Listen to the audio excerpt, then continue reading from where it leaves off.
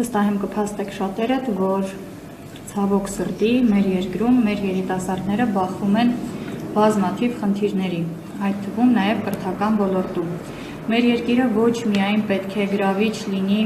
Սփյուռքում բնակվող երիտասարդների համար, այլ նաև պետք է գրավիչ լինի մեր այստեղ բնակվող երիտասարդների համար, որպեսզի երիտասարդները իրենց զգան գնահատված եւ չցանկանան այստեղ կրթությունն ավարտելուց հետո լքել մեր երկիրը։ Իհարկե նորություն չեմ ասի, բայց ցավոք սրտի կրթական ոլորտում մեր երիտասարդները իրենց չեն զգում գնահատված, քանի որ տարիներ շարունակ բարձր առաջադիմություն ունեցող բազմաթիվ հազարավոր երիտասարդներ ցավոք սրտի իրենց կրթությունը թողնում են կիսատ, քանի որ ունենում են վարձավճարների խնդիր եւ պետության կողմից հավուր պատշաճի չեն լինում ուշադրության կենտրոնում, որպեսզի գնահատվի նրանց կրթությունը եւ արդեն տարիներ հետո ձեռք բերած գիտելիքները օգտագործվեն մեր երկրի բարօրության համար։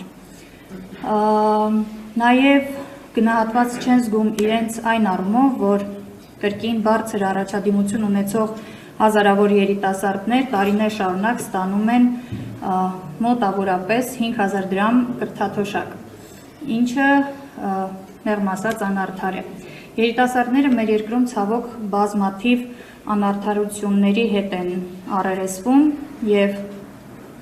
ինչն էլ պատճառ է դառնում, որ իրենց ապագան չտեսնեն այստեղ մեր երկրում։ Մենք ամեն հնարավորը պետք է անենք, որ մեր երիտասարդները մնան այստեղ եւ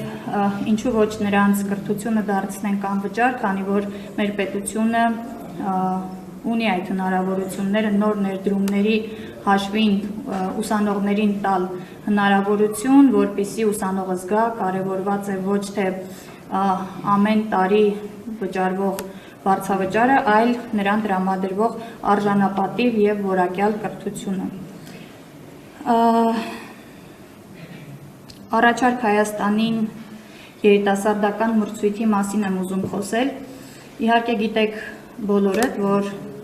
մշտապես երիտասարդները եղել են մեր թիմի եւ մեր թիմի առաջնորդի ուշադրության կենտրոնում, բայց երբ վերջերս հայտարարվեց Առաջարկ Հայաստանին երիտասարդական մրցույթը, տևական ժամանակ երիտասարդների կողմից չենք ստանում հայտեր ու հետաքրքիր էր, թե ինչն է պատճառը, բայց երբ մի առիթով երիտասարդներից մեկը պարոն Ծառուկյանին հարց տվեց, արդյոք արդարացի է լինելու որոշումը հաղթողների մասով եւ ստացան վստահ պատասխան, շատ կարճ ժամանակում մենք հատեցինք 500 հայտի սահմանը։ Սա ինչի մասին է խոսում, որ երիտասարդները ունեն ուշադրության կարիք եւ երբ տալիս ենք երիտասարդներին հենման կետ, նրանք իզորու են շրջել աշխարհը եւ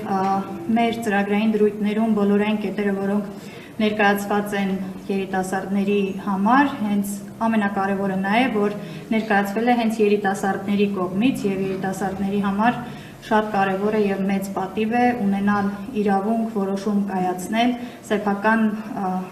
երկրի համար եւ ունենալ ներգրավվածություն կարևոր հարցերում սեփական կարծիքը ներկայացնելու համար։